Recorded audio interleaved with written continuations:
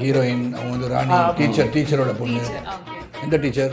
நாட்டாம படத்துல டீச்சர் வருவாங்க இல்லையா, நீ பிடிக்கணும், நீ விட்டாங்கல்ல.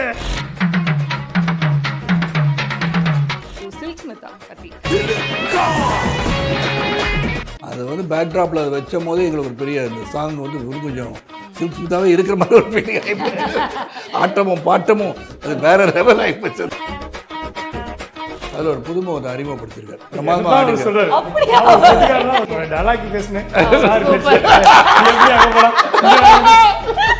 பாட்டாளி படத்துல வரமாட்டார். கடைசியில் கே. எஸ். ரவிக்குமார் படத்தில் ஒரு வணக்கத்தோட வரமாட்டார். திடீர்னு வந்து கடைசி சீனில் வந்து ரம்யா நான் வந்து ஒரு ஃபர்ஸ்ட் டைம் சீன் உள்ள போகிற கட்டில் கட்டு போனான். தூக்கி எந்திரிச்சப்ப டெக்கரேஷன் பண்ணவர் எந்திரிச்சு வருவார். எங்கடா வரல அங்கே போய் கே. எஸ். ரவிக்குமார் போட்டு அந்த மாதிரிலாம் வரல. சாரும் நானும் போயிட்டு எங்க சார் ஃபர்ஸ்ட் ஷாட் என்ன ஏதுன்னா இவர் நேரம் இப்படி மேலே கேட்கறாரு. காலையில ஏத்துனவர் ஈவினிங் 6:30 தான் முடிஞ்சது. ஸோ அது வரைக்கும் நானும் சரத் சார் மேலேயே தான் இருக்கேன். கேரவன் போங்கன்னு சொன்னா கூட போக முடியாது.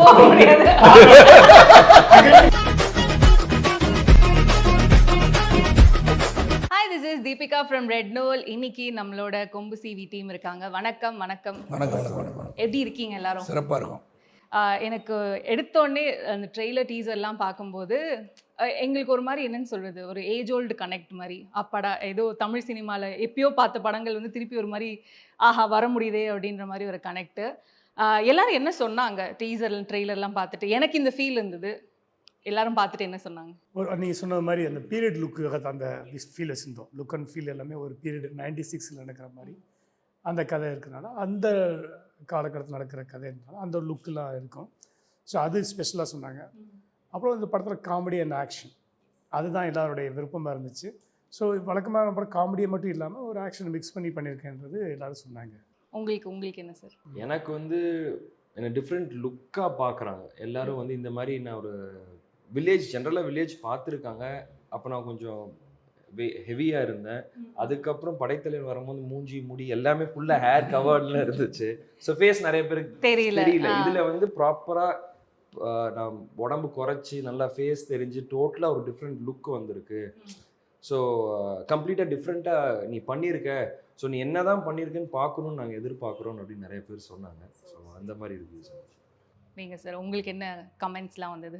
இல்லை, ஜென்ரலாகவே பொன்ராம் சார் படம் அப்படின்னும் போது ஒரு காமெடியாக இருக்கும், நல்ல ரசிக்கத்தன்மை அதிகமாக இருக்கும். ஜென்ரல் ஆடியன்ஸ் வந்து ஆல் கிளாஸ் ஆஃப் ஆடியன்ஸ் வந்து பொன்ராம் சார் படத்துக்கு வருவாங்க கண்டிப்பாக. அதை வந்து அவருடைய கதை எழுத்துக்கள் அப்படி. அதே மாதிரி தான் இந்த படமும் அதான் நான் நினைக்கிறேன். ஏன்னா எல்லாருமே பார்த்தோன்னே அந்த சிரிப்பு வருது இல்லையா? யார் சொன்னாங்க பயம்லன்னு சொல்லி, மரண பயத்தில் இருக்க இதெல்லாம் உடனே சிரிப்பு வர வச்சிருது. ஸோ ஒவ்வொரு இடத்துலையும் வந்து கருத்து சொல்கிறதுனா கூட ஒரு ஆசியமாக அதை ட்ரீட் பண்ணது தான் எனக்கு வந்து பெரிய ப்ளஸ்ஸாக தெரியுது. அண்ட் ஆக்ஷன் அண்ட் பாண்டியனுடைய ஆக்ஷனு முதல்லேருந்து இந்த படத்தில் வந்து எல்லாமே ஆக்ஷன், இமோஷன், பேசிக்காக ஒரு ஒரு ஒரு ஃபேமிலி வந்து பார்க்கக்கூடிய ஒரு படம். அதில் ஒரு கருத்து சொல்லியிருக்காங்க. அந்த கருத்து வந்து சரியாக தவறான்றது படம் பார்க்கும்போது தெரியும். கண்டிப்பாக. ஸ்பீக்கிங் ஆஃப் ஆக்ஷன் அப்படின்னு சொல்லும்போது உங்கள் 2 பேரோட அந்த சீக்வன்ஸ்னு ஒன்று இருக்குல்ல, பிகாஸ் ஒரு மாதிரி வில்லேஜ் செட்டப் வில்லேஜ்லேயே தான் எடுத்திருக்குன்னு நினைக்கிறேன். ஸோ மலை எல்லாம் காட்டுறாங்க, அதெல்லாம் ஒரு மெனக்கெடல்னு ஒன்று இருக்குல்ல, கண்டிப்பாக அதை பற்றி பேசி ஆகணும். மெனக்கெடல்னு கிடையாது. ஏன்னா நீங்கள் இன்ட்ரெஸ்டடாக தான் நீங்கள் இந்த ஒர்க் நம்ம ஸ்டார்ட் பண்ணோம். ஸோ எதுவுமே எனக்கு தெரிஞ்சு எனக்கும் சாருக்கும் கஷ்டமாகவே இல்லை. ஒரு ஜாலியாக தான் நாங்கள் ஸ்டார்ட் பண்ணோம். ஜாலியாக தான். அது ஏன்னா நீங்கள் 2 பேரும் ஃபிட்னஸில் பயங்கரமாக இருக்கீங்க, அதனால உங்களுக்கு அது ஜாலியாக இருக்கலாம். என்னெல்லாம் ஏற சொன்னா அவ்வளோதான். ஒரே ட்ரிப் ஏறிட்டாங்க 2 பேருமே. வேற லெவல். டீம்ல ஏற முடியல. அதான் சொல்கிறேன், நான்லாம் இல்லை பாதி தூரத்தில் அழுதுட்டு வந்துடுவேன் அதெல்லாம்.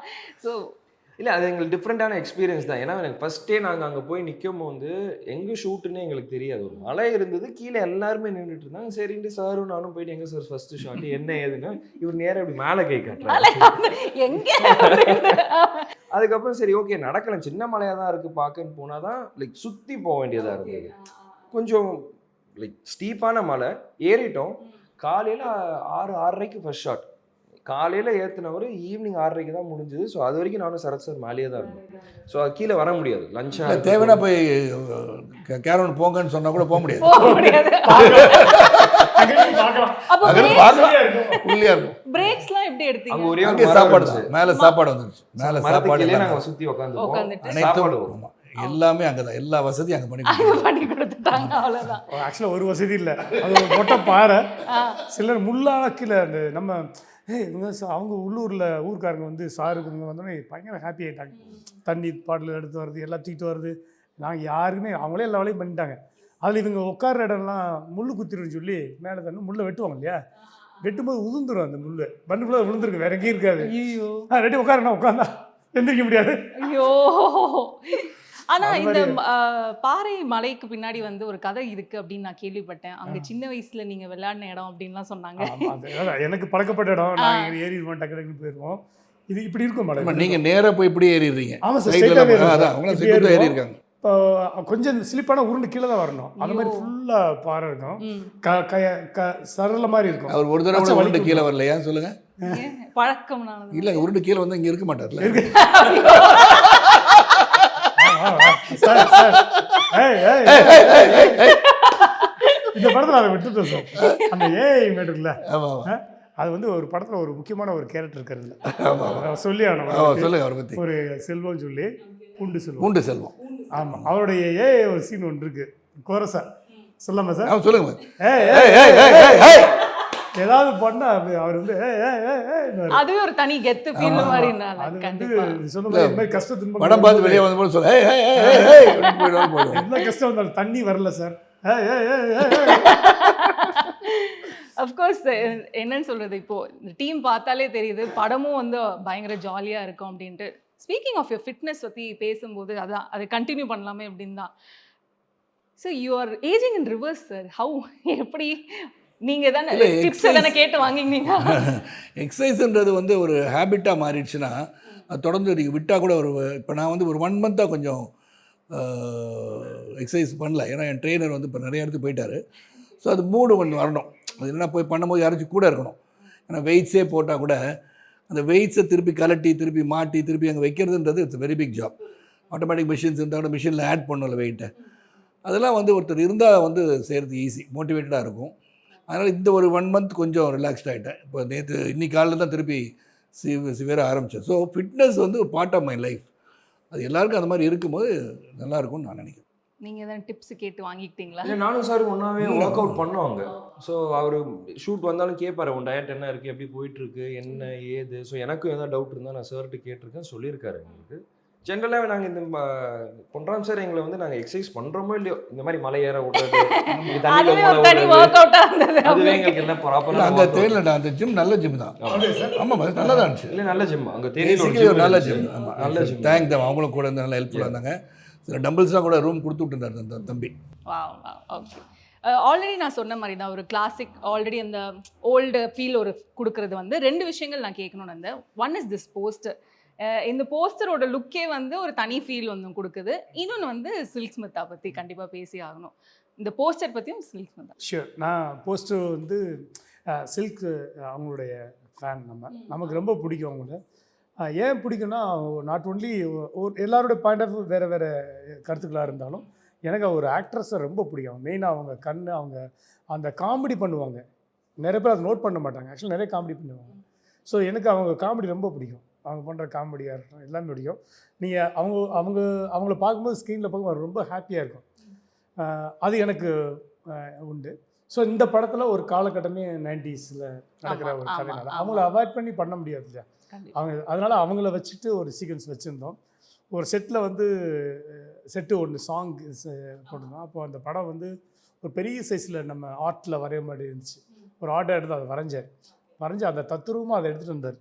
செட்டுக்குள்ளே வந்து அத்தனை பேரும் வா சொன்னது அந்த மூமெண்ட்டு தான். எல்லாருக்குமே ஒரு அதாவது இன்றைக்கி ஜென்ரேஷனுக்கு வரைக்கும் கூட அவங்களுக்கு தெரியுது. இன்றைக்கி ஜென்ரேஷன் கூட அவங்க கனெக்ட் பண்ண முடியுது. காரணம் அவங்களுடைய பவரான கண். ஸோ அதை இந்த படத்தில் கொண்டு வரணும்னு ஆசைப்பட்டேன். அது நினச்ச மாதிரி வந்துச்சு. இந்த போஸ்ட் கூட அப்படி தான் சார்ட்ட சொன்னேன். சார் பயங்கர குஷி ஆகிட்டார். Okay done. ஸோ அப்படி தான் இந்த போஸ்டும் பிளான் பண்ணோம். ஸோ ஒரு தேவர் மகன் இமிடேட் பண்ணி அதுதான் அது அதை முடிக்க. ஏன்னா டக்குன்னு பார்த்தோன்னே அந்த தேவர் மகன் ஃபீல்ஸ் தான் வந்தது. அதுதான் அந்த 2 கிளாசிக்கை வந்து ரீக்ரியேட் பண்ணுறதுலாம் அது ஆமாங்க பெஸ்ட்டு. ஸோ சில்க் ஸ்மித்தா பற்றி கண்டிப்பாக நான் பெரிய ஃபேன் அவங்களுக்கு. அண்ட் ரெண்டாவது அவங்க பொன்ராம் சொன்னதை பற்றி அந்த மாதிரி தான் எனக்கும். ஏன்னா அவங்க வந்து ஒரு கிளாமர் குயின் மட்டும் கிடையாது, அவங்க இது பெர்ஃபார்மன்ஸ் ஆர்டிஸ்ட். அவங்க நிறையா படம் வந்து அவங்க பெர்ஃபார்மன்ஸ் நல்லா பண்ணியிருப்பாங்க. இன்னொரு திங் என்னென்னா, பல தடவை நான் சொல்லிட்டேன், அவங்க என்ன ட்ரெஸ்ஸு போட்டாலும் விரசம் தெரியாது, அழகு தான் தெரியும். அதுதான் சில்க் ஸ்மிதா. அதனால் அதை வந்து பேக்ட்ராப்பில் அதை வச்சும் போதே எங்களுக்கு ஒரு பெரிய இந்த சாங் வந்து இன்னும் கொஞ்சம் சில்க் ஸ்மிதாவே இருக்கிற மாதிரி ஒரு ஃபீலிங் ஆகிப்போச்சு. ஆட்டமும் பாட்டமும் அது வேற லெவல் ஆகிப்போச்சு. நேர்ல மீட் பண்ணிருக்கீங்களா சார் நீங்க? ஏன் மீட் பண்ணியிருக்கேனே. ஏன் வந்து கலைவாணன் கண்ணதாசன் வந்து அவங்கள வச்சு படம் எடுத்தார். அட்வான்ஸும் கொடுத்துருந்தேன் அடுத்த படத்தை பண்ணுவோம் அப்படின்னு. அதுக்கப்புறம் அவங்க மறைஞ்சிட்டாங்க, அதனால் பண்ண முடியாமல் போச்சு. ஓகே, நீங்க உங்களுக்கு ஏதான எனக்கு பெருசாக எந்த இதுவும் தெரியும். ரொம்ப சின்ன பையன் அப்போது. அப்பா சொல்லியிருக்காரு she is a very good actress, இந்த மாதிரி அப்பாவுக்கு நல்லா தெரியும், நிறைய படத்தில் ஒன்றா ஒர்க் பண்ணியிருக்காங்க. அப்பா had a very big respect towards her. அவங்க ஆர்டிஸ்ட், அவங்க பண்ணுற ஆக்ட் பண்ணுற விதம், செட்டில் இருக்க விதம், அதெல்லாம் நிறைய சொல்லியிருக்காங்க. ஸோ எனக்கு அன்றைக்கி நான் அங்கே செட்டில் போய் நின்று பார்க்கும்போது இட் வாஸ் லைக் நாங்கள் சில்க் மேடம்க்கு ஒரு ட்ரிபியூட் கொடுத்த மாதிரி இருந்துச்சு அந்த song. So that's how I felt நான் அங்கே செட்டில் போய் பார்க்கும்போது. எஸ். இப்போ உங்ககிட்ட இந்த கேள்வி கேட்கணும்னு இருக்கேன். 2 பேர் இருக்காங்க. இவரோட ஃபேவரட் ஃபிலிம் உங்களுக்கு, இவரோட ஃபேவரட் ஃபிலிம் உங்களுக்குனா என்ன? சாரோடது வந்து எனக்கு வருத்தப்படாத வாலிபர் சொன்னாங்க, அது எனக்கு ஆல் டைம் ஃபேவரட். எனக்கு சார் இது வந்து எனக்கு ஐயா ரொம்ப பிடிக்கும். ஐயா வந்து ஒரு தனி கிளாசிக், இதுவும் ஒரு தனி கிளாசிக் தான். ஸோ கம்மிங் பேக் டு கொம்பி சிவி, ஜென்ரலாகவே ஒரு படத்துக்கு இன்னொரு பெரிய பேக் போன், அஃப்கோர்ஸ் கேமரா இது எல்லாமே இருந்தாலுமே இன்னொரு பெரிய backbone is music. So Yuvan sir வந்து மியூசிக் பண்ணுறது வந்து அதுவுமே ஒரு ஆடட் அட்வான்டேஜ் அப்படின்னு இருக்கும்போது யுவன் சாரோட மியூசிக் யுவன் சார் நான் மீட் பண்ணும்போது ஃபஸ்ட்டு வந்து நான் ரொம்ப நாளாக துபாய் போகணுன்னு ஒரு பிளான், போவே கம்போசர். ஓகே, அது வந்து ரொம்ப உள்ளே போனோடனே ஃபஸ்ட்டு வந்து கம்போசிங் அப்புறம் பார்க்கலாம் சார், வாங்க ஊர் சுற்றி காமிக்கிறேன். ஸோ நானுமே அந்த தான் விரும்பினேன். ஏன்னா முதல்ல கம்போசிங் பண்ணுறதுக்கு முன்னாடி ஃபஸ்ட் 2 பேருமே புரிஞ்சுக்கணும் கதையை, என்ன மாதிரி பாட்டு வேணும், எப்படி நம்ம ஒர்க் பண்ணணும். ஸோ எனக்கு ரொம்ப ஃப்ரெண்ட்லியாக நம்ம சாப்பிட்டு விட்டு அப்புறம் ஆரம்பித்தோம். நான் ஃபஸ்ட்டு அவர்கிட்ட வாங்கினது உசமட்டி ராணின்னு ஒரு சாங் இதில் இருக்குது. ஸோ அந்த சாங்கு தான் ஃபஸ்ட்டு. அதில் ஒரு புதுமுகத்தை அறிமுகப்படுத்தியிருக்காரு, படத்தை பார்த்தா தெரியும். ஓகே வேற நல்லா ஆடி இருக்காரு,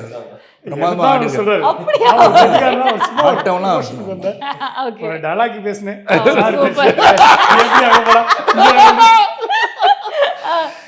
ரவிக்குமார் சொன்ன மாதிரி தான், இது பொன்ராமருக்கு படம் கேர்ஃபுல்லாக பார்க்கணும். ஏன்னா ரவிக்குமார் சொல்லுவேன், சார் நீங்கள் வந்து என் படத்தில் நடிக்காதீங்க, டைரக்ட் மட்டும் பண்ணுங்க.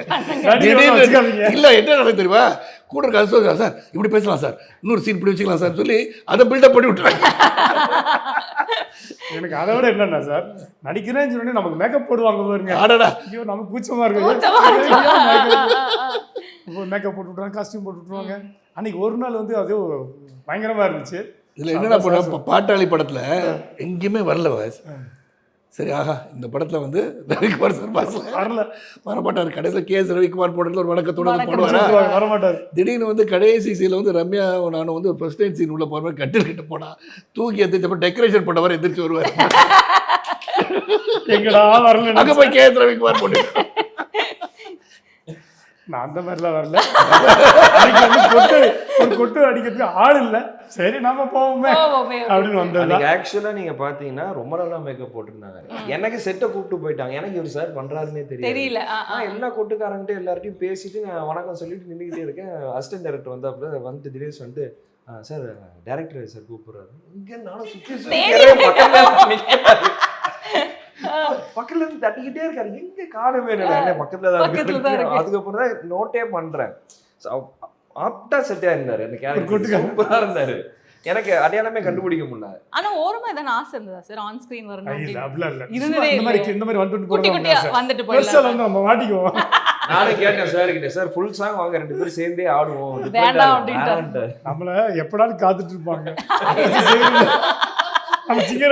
அதுவும் கரெக்ட் தான் சார். ஆக்சுவலி நானே கேட்கணும்னு இருந்தேன், ஏன்னா நம்ம என்ன எதை பண்ணாலுமே இந்த கமெண்ட்ஸ் பாஸ் பண்றதுல வந்து ரொம்பவே வந்து வரி, அதுவும் சோஷியல் மீடியாலலாம் வந்து அப்படியே வக்கரத்தை கொட்டுவாங்க அப்படின்னு இருக்கும்போது அதுக்கு மத்தியில வாழறதுன்னு ஒண்ணு இருக்குல்ல சார், பெரிய வாழ்க்கை தான் அது. எங்களுக்கு பெருசா இருக்காது, அப்ப இவங்க தான் ஆக்ட்ரஸா வந்து அதை பத்தி நான் கவலையும் படுறது கிடையாது.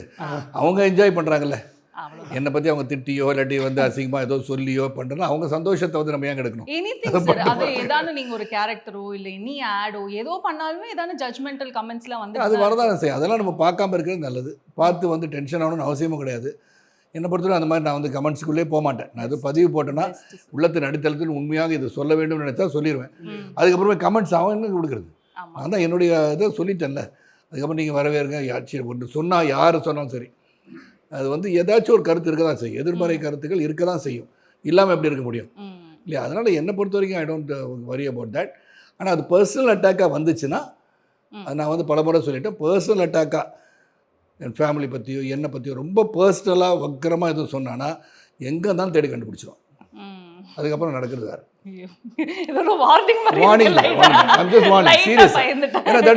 ஃபேமிலி நான் விட்டு கொடுக்க மாட்டேன். எந்த இடத்துல வந்து ஓரளவுக்கு லிமிட் இருக்குல்ல, லக்ஷ்மண் ரேகான்னு சொல்கிறோம்ல, அந்த கோடு இவ்வளோ சொல்ல உரிமை இருக்குது. என்னன்னா சொல்லு, நடிப்பு கேவலமாக நடிச்சிருக்கேன் சொல்லு, சந்தோஷப்படுவேன்.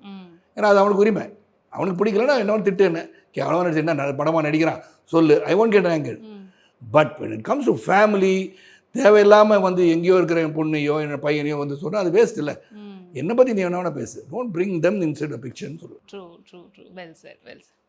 நீங்க எதனா ஆட் ஆன்? எனக்கு வந்து நான் இது அப்பா காலத்துல இருந்தே பார்த்துட்டு இருக்கீங்க. அப்போ எல்லாம் அப்பாவை திட்டினவங்க எல்லாம் இப்போ வந்துட்டு ஏன்டா நல்ல மனுஷனை வந்துட்டு இப்படி நம்ம அப்போ தப்பாக பேசணுமேன்னு சொன்னாங்க. ஸோ நான் காலேஜ்ல இருந்தே பார்த்தது தான். நான் என் ஃபஸ்ட்டு படம் பண்ணும்போது நிறைய பேட் கமெண்ட்ஸ் வந்துச்சு, நிறைய வந்துச்சு. நான் ஸோ அதை பார்த்து நான் சோர்ந்து போயிருந்தேன்னா I would have not come out. நான் வெளியே வந்திருக்கவே முடியாது. ஸோ நான் சார் சொன்ன மாதிரி தான், நான் கமெண்ட்ஸே பார்க்க மாட்டேன். நான் பண்ணுறத பண்ணிட்டேன். உங்களுக்கு வந்து என்னை பற்றி தப்பாக பேசணுமா பேசிக்கோ, என்னை பற்றி நல்லதாக பேசுறியா ஓகே வெல் அண்ட் குட், நான் டேக் தட். தப்பாக பேசுகிறேன் நீங்கள் ஓகே நீங்கள் சொல்கிறத சொல்லுங்கள், அவ்வளோதான். ஸோ அட்லீஸ்ட் நான் எனக்கு என்ன தோணுன்னா, அட்லீஸ்ட் உங்களுக்கு ஒரு டாப்பிக்காக நான் வந்திருக்கேன்ல, ஸோ அப்போ எங்கேயோ ஒரு இடத்துல உங்களை நான் டச் பண்ணனால தான் நல்லதாவோ கெட்டதாவோ நீங்கள் என்னை பற்றி பேசுகிறீங்க. அது வரைக்கும் எனக்கு வந்தால் போதும். அதுக்கு தான் நடிக்க வந்திருக்கேன், அதுக்கு தான் என் ஃபேஸ் வெளியே தெரியணும், ஒரு அப்பாவோட இதை நான் காப்பாற்றணும்னு நான் வந்திருக்கேன். நான் பண்ணுறது அட்லீஸ்ட் யாருக்கோ போய் ரீச் ஆகுதுல, ஸோ அது வரைக்கும் ஐம் ஹாப்பின்னு நான் அப்படியே விட்டுருவேன். Super well sir. சார் நீங்கள் சொல்லுங்கள் சார். அதான் மேக்ஸிமம் இந்த மாதிரி கமெண்ட் நமக்கு வந்ததில்லை. படங்கள் ரிலீஸ் ஆகும்போது சொல்லுவாங்க நெகட்டிவ் கமெண்ட்ஸ் வரும். புரியுது. இது முன்னாடி வந்து அவங்களோட சொந்த கருத்து, அது வந்து பொதுவெளியில் போடும்போது பொது கருத்தாயிருது. ஸோ பொதுவெளியில் போடும்போது கருத்தை போடும்போது பார்த்து தான் செய்யணும். ஏன்னா அது பொது கருத்தாயிரும். சொந்தமாக பேசிக்கிற போது என்ன வேணாலும் பேசலாம், வைக்கலாம். அது இன்றைக்கி இந்த ஒரு பிளாட்ஃபார்மை மிஸ்யூஸ் பண்ணுற மாதிரி இருக்குது. உண்மை நம்பிடுறாங்க மக்கள். உண்மையில் நம்மளை கேட்குறாங்க, சங்கடமாக இருக்கும். இதெல்லாம் இல்லைங்க, அது அப்படியா நான் அதில் பார்த்தேன் அப்படின்வாங்க. ஸோ இன்றைக்கி எல்லாமே இது வந்து இந்த காலத்தில் இல்லை, அப்போ இருந்தே இருக்குது. இது என்ன மோட் ஆஃப் கமெண்டிங் தான் மாறிட்டே தான் இருக்கும். இது வந்து இதுக்குள்ளே தான் வாழ்ந்தாகணும். கண்டிப்பாக. அதெல்லாம் ஒரு பக்கம் இருந்தாலும் நெகட்டிவ்ஸ்லாம் இருந்தாலுமே ஆல்ரெடி சொன்ன மாதிரி தான் பொன்ராம் சார் படம்னா வந்து எல்லாரையும் வந்து சிரிக்க வைக்கிறது. எங்கேயாவது அஃப்கோர்ஸ் எல்லா எமோஷன்ஸ் இருந்தாலுமே மேஜராக வந்து சிரிக்க வச்சிருவாரு. அண்ட் காம்போஸ் இருக்கும், அசன் வந்து ஒரு ஃப்ரெண்ட்ஸாகவும் இருக்கட்டும், இல்லை இப்போ இந்த மாதிரி அப்பா பையன் கேரக்டர் அப்படின்னு மாதிரி இருக்கட்டும், பீட் லைக் ரஜினி முருகன், வருத்தப்படாத வாலிபர் சங்கம், எல்லாமே வரிசையாக சொல்லிக்கிட்டே வரல. அந்த காம்போஸ்ன்னு இருக்குல்ல, அது எப்பவுமே அந்த 2 people காம்போன்னு தான் கான்சென்ட்ரேட்டா இல்லை எப்படி என்ன? அப்படி இல்லை, அது எனக்கு அமைஞ்சிருச்சு. எனக்கு ரொம்ப பிடிக்கும். ஓகே 1 and 2ங்கிறது வந்து எப்பவுமே ஒர்க் அவுட் ஆகும். நிறைய எந்த சீன் வச்சாலும் இவங்களுக்குள்ளே வச்சுக்கலாம். நிறைய டூ மணி சீன்ஸ் நல்லா வரும்போது ஒர்க் அவுட் ஆகும். ஸோ சரத் சாரும் சண்முகம் அப்படி தான் நான் பிளான் பண்ணேன். ஸோ சமூகம் 2 பேரும் சேரும்போது 2 பேரும் பிரேம் நடந்து வந்தால் கூட 2 பேரும் ஒரு ஆக்ஷன் பண்ணால் கூட அது ஒரு அழகாக இருந்துச்சு. 2 பேருமே ஃபிட்டிங், பயணம் ஃபிட், ஆக்ஷன் நல்லா வரும், காமெடி நல்லா வரும். ஸோ எனக்கு போதும் இல்லையா, ஆக்ஷன் காமெடிங்கிறது நான் நிறைவாக பண்ண முடியும். ஸோ இந்த கேரக்டரை டிசைட் பண்ணும்போது இந்த நீங்கள் சொன்ன மாதிரி சண்முக பாண்டியன் அண்ட் ரொக்கப்புலி சாரோட கேரக்டர், ரொக்கப்புலி அண்ட் பாண்டி 2 பேரை வச்சு தான் நான் ஒர்க் அவுட் பண்ணேன். அது நல்லாவே ஒர்க் அவுட் ஆச்சு. அதனால தான் ட்ரெயிலரில் நீங்கள் பார்க்கும்போது பார்த்தீங்கன்னா அந்த வைப் தெரியும். ஸோ படத்துலையும் இது நல்லா பிரதிபலிக்கும். கண்டிப்பாக ஸ்டார்டிங் டு எண்டு வரைக்குமே இவங்க இருப்பாங்க. படத்தை ஆளுமையை வச்சிருப்பாங்க, அது இருக்கு இந்த படத்தில். எனக்கு தெரிஞ்சு பொன்ராம் சாரோட படத்திலே எப்பயுமே வந்து 2 கேரக்டர் நீங்கள் சொல்கிறது இருக்கும். பட் இந்த டைம் எங்கள் 2 பேர் இல்லாமல் இன்னும் 2 காமெடியன்ஸ் படம் ஃபுல்லாக ட்ராவல் ஆகும். ஸோ கல்கி சார் பார்த்தீங்கன்னா அவர் வந்து ஃபர்ஸ்ட் ஹாஃப்லேருந்து வருவார், செகண்ட் ஹாஃப் கொஞ்சம் நேரம் இருக்க மாட்டேன், திருப்பி he'll be joining. So second half வந்து நம்ம முனிஷ்காந்த் இருப்பார், அவரும் ஃபுல்லாக வருவார். ஸோ எங்களுக்கு சப்போர்ட்டிவாக நாங்கள் 2 பேர் மட்டும் இல்லாமல் இன்னொரு 2 எலிமெண்ட் கூட வரும். ஸோ இந்த படம் நாங்கள் ஒரு ப்ராப்பர் கேலப்பான படமாக தான் பண்ணணுன்ற மாதிரி நாங்கள் ட்ரை பண்ணோம். ஸோ ஏன்னா ஒரு சீரியஸான நோட்டை தான் படமாக எடுத்திருக்கு. அது எந்த அளவுக்கு ஃபன்னியாக காட்ட முடியும், எந்த அளவுக்கு அதை ஃபன்னியாக சொல்ல முடியுன்றது தான் கரெக்ட். இந்த நான் படம். கூட மிஸ் பண்ணிட்டேன். இது கரெக்டாக நிறைய அது மாதிரி படம் பொண்டு சொல்லும் பற்றி சொன்னீங்க. ஆமாம், காளியன் அது அங்கங்கே வந்துட்டு போவாங்க. நிறைய பேர் நிறைய நிறைய கேரக்டர் கேரக்டர்ஸ் இருக்காங்க. காளி வெங்கட் இருக்காரு, ஜார்ஜ் சார்ஜ் அண்ணன் ஜார்ஜ் கிடைக்க விட்டுருவாரு அவரு. ஆமா சார்ஜ் அண்ணன் சொல்லவே தேவையில்ல. கண்டிப்பா ஹீரோயின் அவங்க வந்து ராணி டீச்சரோட பொண்ணு. டீச்சர் ஓகே ஓகே எந்த டீச்சர்? நாட்டாம படத்துல டீச்சர் வருவாங்க இல்லையா, நீங்க நீ பிடிக்கணும், நீ விட்டீங்கல்ல. நாட்டாம படத்துல நாட்டாம டீச்சர் படத்துல ராணி, teacher. அவங்களோட டாட்டர் தான். நைஸ் நைஸ் நைஸ் அவங்களுடைய daughter தான் தார்னிகா. வாவ் அவங்க ஹீரோயின் அப்படிங்க. ஓ, ஒரு super. Police office character. அவங்க ரெண்டு நல்லா இருக்கு. இவங்க ரெண்டும் அப்புறம் இந்த செம்மையா இவர் பண்ணால எஸ்பி கேரக்டர் எஸ்பி நல்லா சுஜித் சங்கர். அவர் தான் வில்லன். நீ பார்த்துருப்பீங்க, ட்ரெயிலரில் பார்த்துருப்பீங்க. ஆமா அவரு எனக்கு ரொம்ப பிடிக்கும் சார். ரொம்ப பண்ணிருக்காரு. ரொம்ப சீரியஸான ஆளு. லாட் ஆஃப் Serious-ஆன கேரக்டர். ரெண்டு பேர் தான் இல்லை, ஒரு- நிறைய பேர் வந்து ஆமா. டோட்டல் ஹோல்சமா எல்லாம் பெர்ஃபார்மிங் ஆர்டிஸ்டா போட்டிருக்காரு. போட்டிருக்காங்க. அவரோட And of course series- அதான் அப்புறம் எல்லா மனைவியா கேரக்டர்ஸும் நடிக்கிறவங்க சேர்ந்து ஆமா. ஆமா, இவங்க இந்து. இந்து. இந்துவும் நல்லா பண்ணியிருக்காங்க. சாரி யார் இந்துன்னு சொல்லி ஓகே நம்ம அவங்க நான் சூப்பர் ஆர்டிஸ்ட் சார் பேரா பண்ணியிருக்காங்க. ரைட் அது ரைட் எல்லாமே இந்து அவங்க இதுல- ஓகே ஓகே அரவிந்த் சாமி படம் கூட ஆமா பண்ணியிருக்காங்க. ஆமா ஆமா ஆமா ரைட் இதில் ஸ்பெஷலாக ஐஸ்வர்யா பற்றி சொல்லணும் சார். சாரோட டாக்டரா ஒரு பொண்ணு நடிச்சிருக்காங்க, ஐஸ்வர்யா. ஒரு இன்டர்வல் பிளாக் கலக்கிட்டாங்க. எங்களுக்கு அப்படியே பயங்கர புல்லரிச்சிச்சு. ஒரு ஒரு ஒரு போர்ஷன் ஒரு சீக்வன்ஸ் வருவாங்க, ஆடிஸ்ட் தும்சம் பண்ணிட்டாங்க. ஸோ அவங்களுக்கு உண்மையிலேயே நல்ல ஆகும் சார். ஏன்னா நிறைய பேர் இருக்காங்க. அது நல்ல வேலை நம்ம சொல்லிட்டோம். ஆமாம் சார். ஆர்டிஸ்டா நிறைய பேர் நிறைய பேர். இருக்காங்க. And எனக்கு தெரிஞ்சு நான் படம் பார்த்ததுல இப்போ சும்மா ஃபேஸ் வைக்கணும்னு வைக்காம சார் எல்லாருக்கும் ஜஸ்டிஃபை பண்ணி அந்த ரோல்ஸ் இருக்கு. ஸோ சும்மா ஆர்டிஸ்ட் போடணும் அந்த ரெட்டி கேரக்டர் நல்லா இருந்தது. ஆமா, எல்லாருக்குமே ஒரு ஜஸ்டிஃபிகேஷனோட ஒரு ரோல்ஸ் இருக்கும். ஸோ அந்த மாதிரி தான் பிளான் பண்ணி பண்ணியிருக்கேன். அதுதான் ஆக்சுவலி இப்போ இவர் சொன்ன மாதிரி தான் ஜென்ரலாகவே ஒரு படம் வந்து ஓகே படம் ரிலீஸ் ஆகுறது அதெல்லாம் இருந்தாலும் ஒரு கேரக்டர் வந்து நம்மளுக்கும் ஒரு இம்பார்ட்டன்ஸ் தராங்க அப்படின்ற ஒரு ஹாப்பினஸ் வந்து கண்டிப்பாக எல்லா கேரக்டர்ஸுமே இருக்குமே. அதுக்கே தனி பாராட்டுகள் சார் உங்களுக்கு.